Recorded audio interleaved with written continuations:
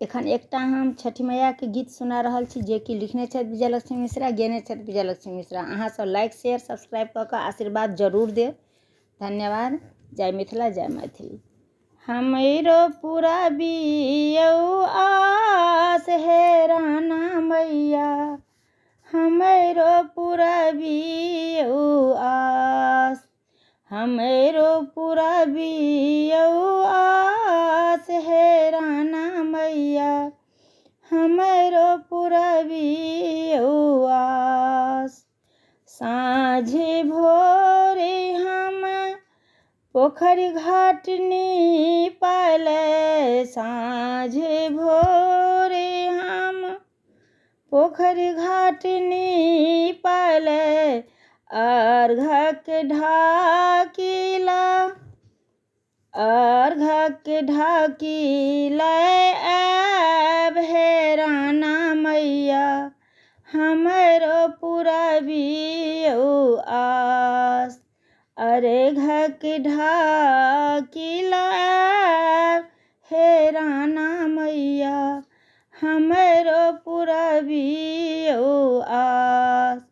पान सुपारी फूल धूप लेने, पान सुपारी फूल धूप लेने, शीतल जल में नारियल ले हम, शीतल जल में नारियल ले ठाढ़ हे राना मैया, हमरो पूरा बियौ आस।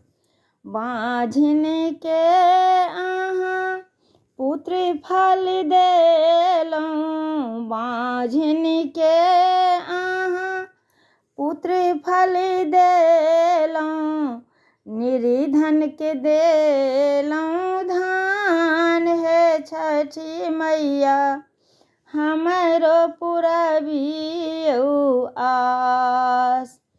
अन्हेरा के अहाँ आँखि जे देलहुँ, कोढ़िया के देलहुँ शरीर हे छठी मैया, कोढ़िया के देलहुँ काया हे छठी मैया, हमरो पूरा बियौ आस।